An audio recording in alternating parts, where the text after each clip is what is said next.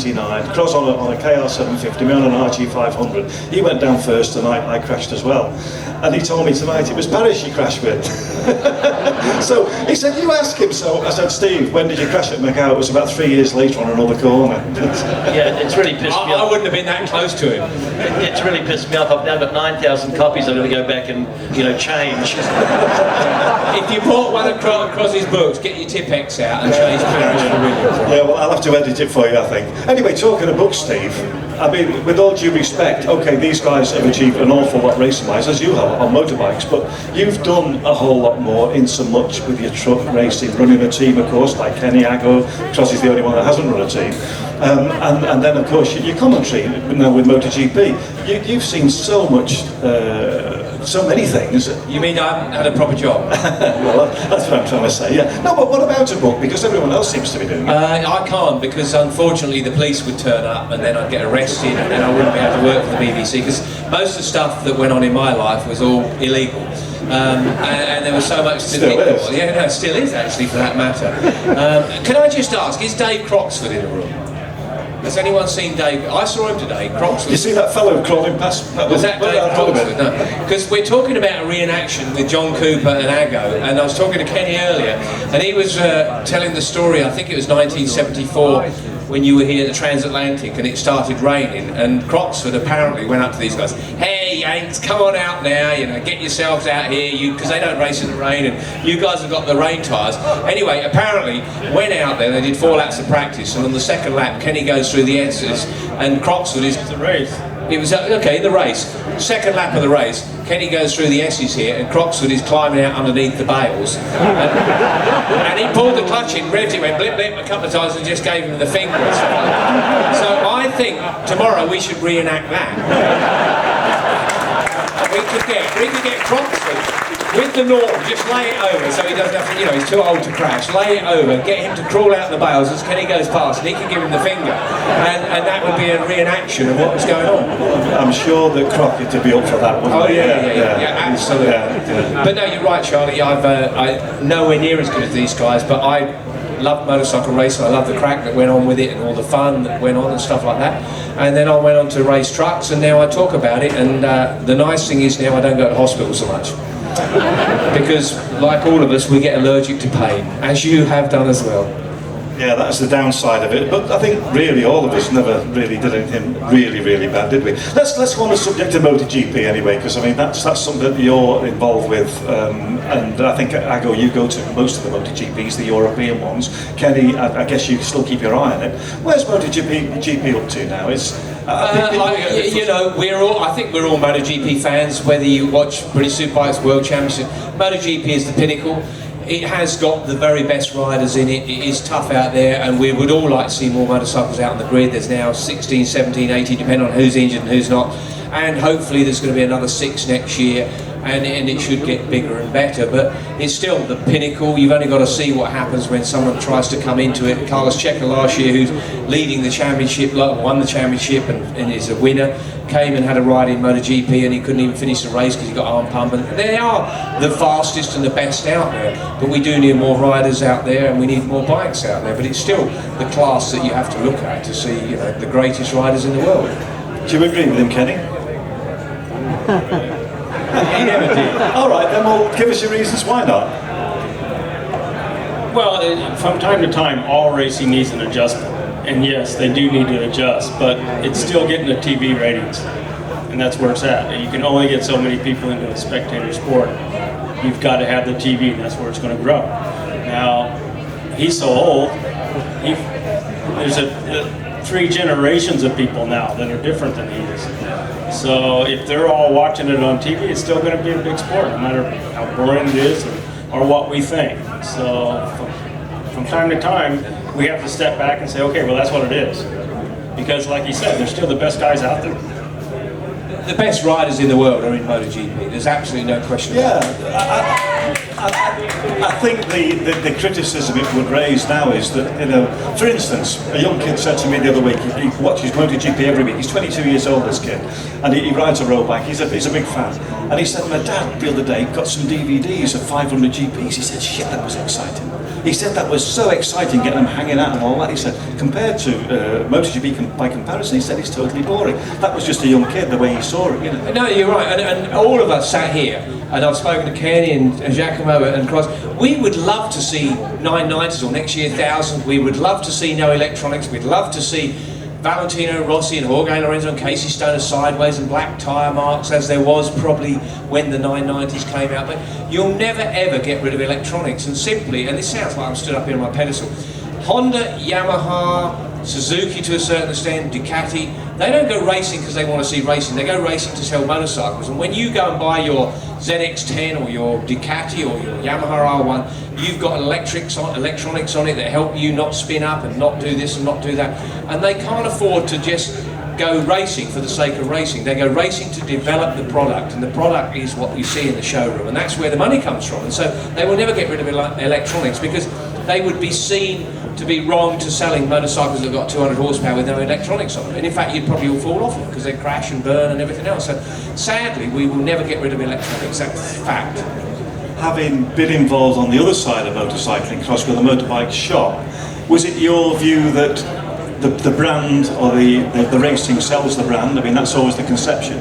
Do you think it's important? I think in New Zealand it probably would have made a difference of about 3 sales. So yeah, there's something. That was the year. That was the. No, I think from my point of view, I got to say that I'm probably a little disenfranchised with MotoGP, because it's so sterile, and it's lost that sort of human touch. You know, what we're actually doing here is brilliant. You know, people can come up, they can smell, they can touch, they can, sign, sign autographs and do all sorts of stuff. You can actually talk to the people that, like get up and close to people. So that's what I like about it. MotoGP is sterile and it's too commercial as far as I'm concerned.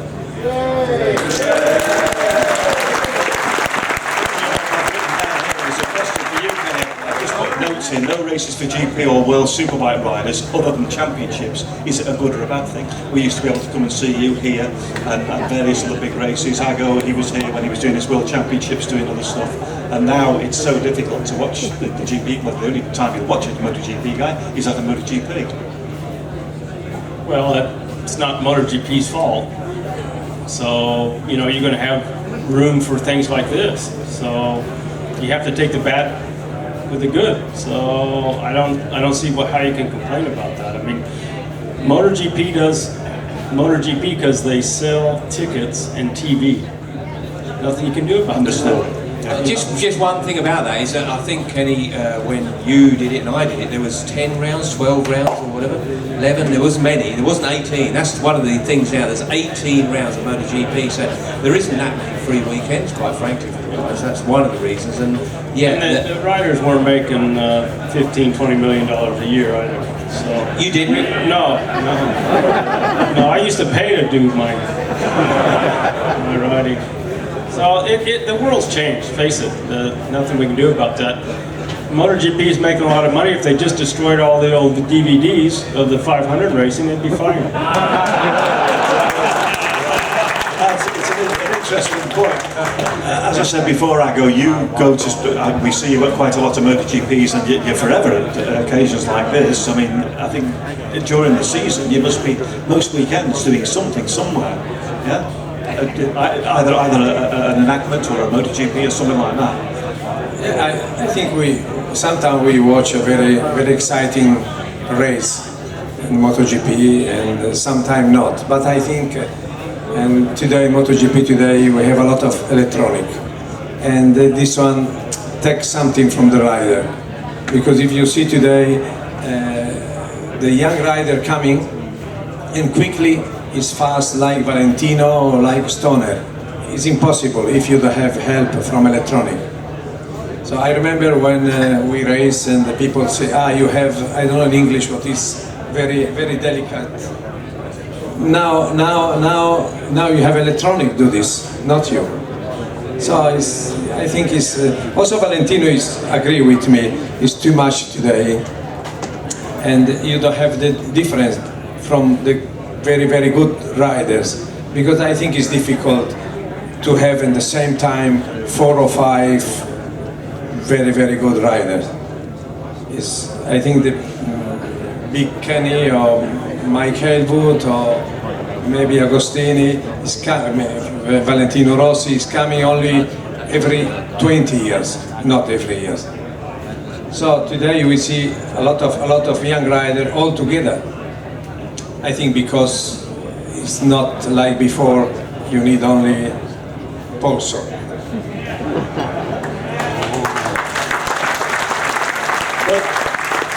As Kenny rightly says, within a changing world, and when you get to our sort of age, really, as it works, so who are we to complain, really? And maybe these subtle changes will make the racing a little bit more exciting and get a few more bikes on the grid for next year. Any questions? Incidentally, I've had my back to you most of the time. Well, there's a couple of guys that, if you could just come down here, please, save me walking all the way down, and then I can just have a chat with you. Kenny said preferably girls. There's one coming down, on order, on cue. Steve doesn't care. Doesn't matter.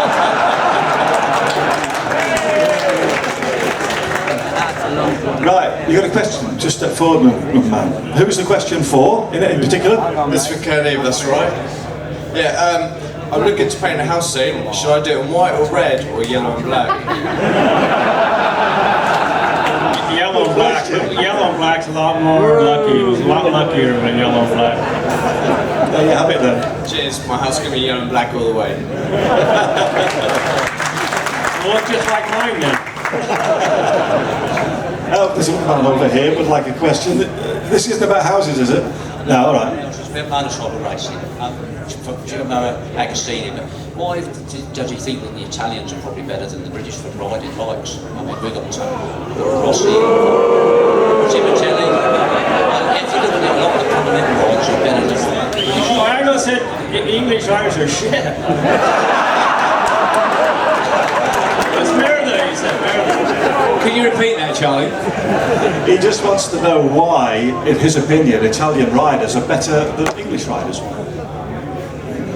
Because he assumes they are. Careful, I go. I think at my time, I meet a lot of English riders, very fast. But today it's not so many English riders. I don't know why.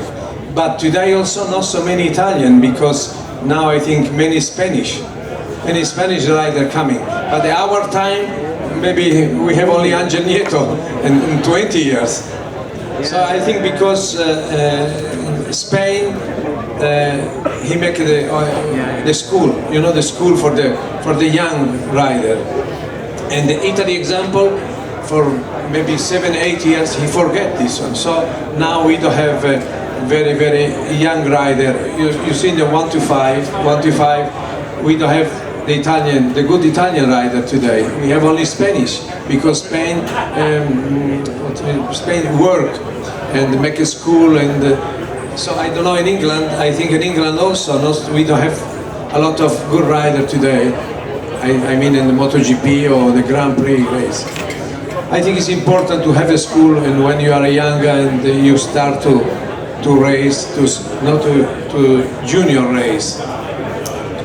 When you first came, and you were the first American world champion, Kenny, you came from a whole different background of dirt bike riding, sliding, a whole new technique, and a lot of other riders followed, American riders followed in your footsteps.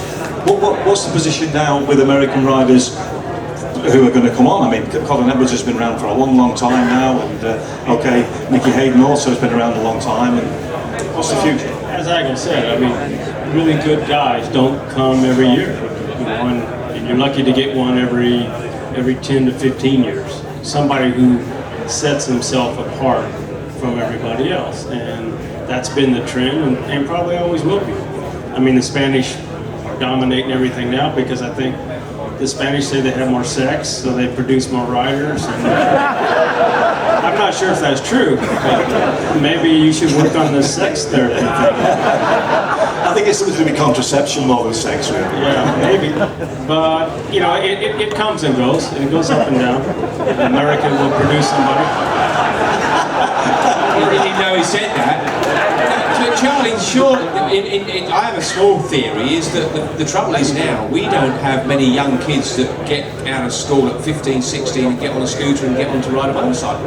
We have this issue where we're not getting people riding motorcycles now, and so in the UK, and it's probably a lot to do with the weather, quite frankly, but well, yeah, absolutely. But my two kids, who when they were 16 had scooters on the road, and people thought I was some sort of an axe murderer. It's madness, you know, you shouldn't do that. So we have an issue that we don't have youngsters on scooters. But you go to Spain, and every kid at 14 years old has a scooter, so obviously they've got a better chance of riding one in the next kind of generation. And of course, some of the better British riders in 125 and Pt2 have come through the Spanish classes. British riders, haven't they? They've come through that. Another question over here, young lady. Yeah, lady over here. Lady you were asking for. Hi. This is for Graham. Graham, I ordered your book for Christmas, and a very good book. But why could I only order it on the internet and get it from New Zealand? Why can't I get it in England? Well, Speak to your distribution company. well, let me put it to you this way. The book was introduced towards the end of November in New Zealand for the New Zealand Christmas market. And we had a run at that, and it actually worked quite well.